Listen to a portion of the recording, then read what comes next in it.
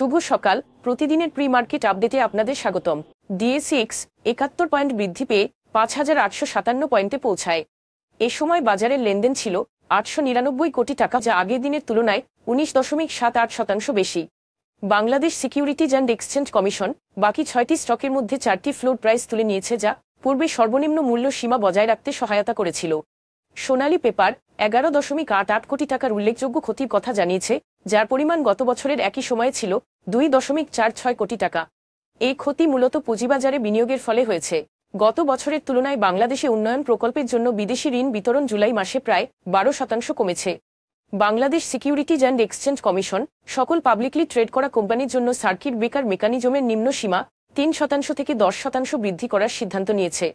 এখন এ পর্যন্তই। বিকেলে আবারও আসছি ডেইলি মার্কেট আপডেট নিয়ে। সে পর্যন্ত আমাদের সঙ্গেই থাকুন। ধন্যবাদ।